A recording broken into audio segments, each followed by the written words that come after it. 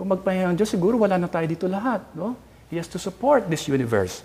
So because we need to rest, we all need a Sabbath. Now, okay, this is about rest. This is about Sabbath. This is about taking a rest. This is about going to Boracay. No? This passage, pagkatapos magtrabaho ng mga disipulo. Ngayon, ang tanong natin, maganda usisayin natin dito, what kind of rest did Jesus was offering? What kind of rest was Jesus offering? Babalikan po natin yung original Greek text nito. Marunong ba kayo ng Grego? Ano yung ganun? Ilocano, marunong kayo? Haan? Nyamaton data. Ang original Greek word dito, let's rest a while, ang ginamit na word ay anapausaste. That's the verb form, anapausaste. Ang noun po niyan ay anapausin. Alam niyo, Mrs., kung ikaw ay magiging TV actress, pwedeng screen name mo ito. Anapausin, no? Diba ganda? Ganda, no? That's the noun form, anapausin. I will spell it, A-N-A-P-A-U-S-I-N. Anapausin. That's the noun form. The verb form is anapausaste. Anong klaseng rest yan? Anapausin means rest. But what kind of rest? This rest denotes a temporary rest. A respite, especially given to soldiers. Ito yung binibigay sa mga sundalo pagkatapos ng kanilang misyon, nag-RNR.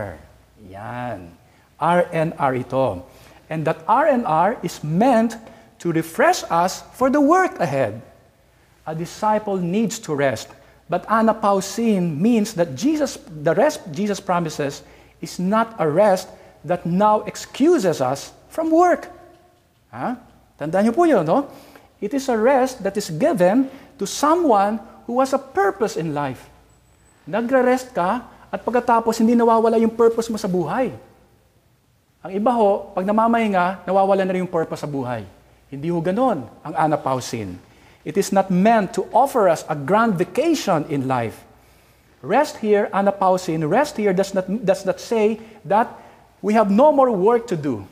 Rest here means you are being given anapausin, you're being given a rest because there's still work to do in the kingdom. Gets nyo? Nakikinig pa ba kayo? Parang makakulang kayo sa pahinga. Kumain na ba kayo? Nag-almusal? Kung nananghalian na kaagad kayo, hindi pa nag-almusal. Okay? So, ito po, it is not meant to offer us a grand vacation in life. It doesn't say that there's no more work. But it tells us you need to rest dahil mayroon pang trabahong gagawin in the future. Marami pang trabahong gagawin sa kaharian ng langit. It is being offered as some kind of a breather to the disciples so that they will have greater commitment in their discipleship because they have a vision, an energy, and clear purpose in their life. What is that purpose? To continue proclaiming the gospel. To continue proclaiming the kingdom. Pwede ka magpahinga, provided pagkatapos na magpahinga, bumalik ka sa pagtatrabaho para sa kaharian ng langit. It is to rest without losing sight of the disciples' purpose. And what's the purpose? The kingdom of God. Meron pa akong kilalang obispo. Sabi niya sa mga pare niya, kayong mga pare, dapat lagi kayong mag-day off. Sabi nga sa mga pare, and that's obligatory yan. Dapat lahat ng pare mag-day off. Nag-complain po yung isang parishioner.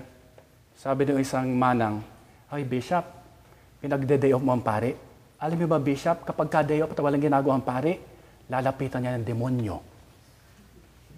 Sabi naman ng Bishop doon sa ale, alam niyo ho, manang, para rin po sa inyo yan. Pag hindi po nag-day off ang pare, magmumukhang demonyo po yan, ugali niyan. O, kayo rin. Di ho ba? Pagka wala kang pahinga at magtatrabaho ka, ang hirap. Nasubukan niyo na ba yung puyat ka the night before? And then the next day, gigising ka, ang sungit-sungit mo, di ba? Yung choir gumagano, no? Gumagano yung choir. Siguro lagi ka nagpupuyat. Hindi naman kayo mukhang masungit. Mas masusungit itong mga nakakulay pula. Biro lang, no? Biro lang, no? Ayan, latuto rin tumawa itong mga ito, Ay, hindi naman pala kayo puyat, no? Di ho ba, pagkapagod ka, hindi ka makakapagtrabaho na maayos. I think the production team dito sa Jescom, di ba? Pag pinuyat yung mga cameraman na yan, hindi pogi ang itsura ko sa TV ngayon. Dito lang. Dito lang sa kapilyang ito, no? Just kidding, just kidding. Kaya nga ako bilang pare, lahat kami pare, halos lahat ng pare, ang day off nila Monday. Because Sunday is a busy day. Weekend is a busy day for priests. So pag Monday, day off kami. Ako rin po ang day off ko Monday. Kaya sabi ko sa mga parishioners ko, kung gusto nyo makapag-meeting sa akin, wag lang Monday. Kaya po, walang burol, walang libing ng Monday. Bakit? Walang pare nagtatrabaho. Walang magmimisa sa bangkay ng inyong mga yumao. Kaya kung mamamatay kayo ng Monday at magpapalibing ng Monday, magpaalam muna kayo sa akin. So that I can, block off my day as a day of, para doon sa paglilibing sa inyo.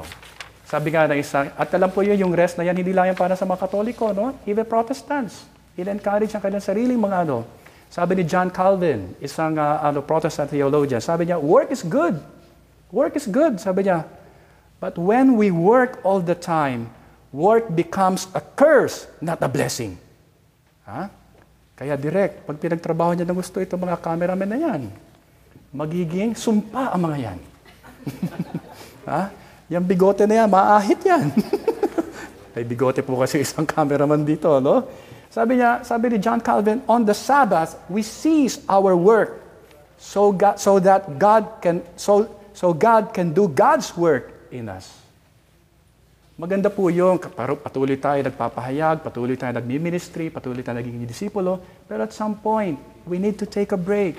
Why? Sabi ni John Calvin, so that God can do His work in us. And isang elemento ng to take a rest is really to be able to pray and to be intimate with God. Hindi lang ito Boracay. Ang naiisip ko rito yung retreat, yung recollection, yung day of prayer. Minsan hindi mo kailangan pumunta ng Boracay. Maybe before going to sleep, take a rest. What does that mean? Spend an intimate moment with God. And then evaluate your life for the whole day. Saan ka nagkulang? Saan ka nagkamali? Saan pa kailangan improve? Ako ho pa nagbe-birthday, I always run away from my parish. At galit na galit yung mga parishioners ko. Itong si Father, tuwing birthday na lang niya, hindi man lang nagpapakain sa atin. Pero ako lumalayo ako. Kahit sila mas mo magpapakain, hindi po ako, usually I'm out of the parish. And what do I do on my birthday? I declare it yearly as a day of rest. As a day of prayer. Bakit po anong ginagawa ko? Take a break. And in that break, I will have my break with the Lord. At alam mo po ginagawa ko, yearly lang yan. Ginagawa ko lagi yan. Nire-review ko po yung buhay ko the past year. The past year. Saan ako hindi naging faithful? Saan ako nagkulang? At ano pang hamon sa akin ng Diyos dito sa buhay na pinagbiyaya niya sa akin? Di ba? Take a break. Pray. And why do you need to take a break? Because you'll be able to reassess, evaluate yourself in terms of your standing in the eyes of God. We spend this in quiet prayer, communing with God, so that we will be more grounded in God and be more effective and faithful in our ministry to proclaim the gospel. Anapausaste.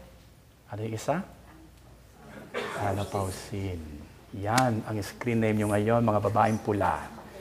Okay? Ang ganda pakinggan, Anapausin. Rest po ang ibig sabihin nun. Temporary rest. Amen? So tapos na ba doon o tutuloy pa tayo? Kasi di ba dapat 2 hours? 2 hours ba ito direct yung homily? So tama na. Sabi nga ng floor director, tama na. Cut na, Father. Cut na. So sige po, doon na tayo magtatapos. So please all rise and let's profess our faith all together. I believe in God, the Father Almighty, creator of heaven and earth. I believe in Jesus Christ, His only Son, our Lord, who was conceived by the power of the Holy Spirit, and born of the Virgin Mary. He suffered under Pontius Pilate, was crucified, died, and was buried. He descended into the dead. On the third day he rose again. He ascended into heaven, and is seated at the right hand of the Father. He will come again to judge the living and the dead. I believe in the Holy Spirit, the Holy Catholic Church, the communion of saints, the forgiveness of sins, the resurrection of the body, and life everlasting. Amen. We know that God is a compassionate Father who cares for His people.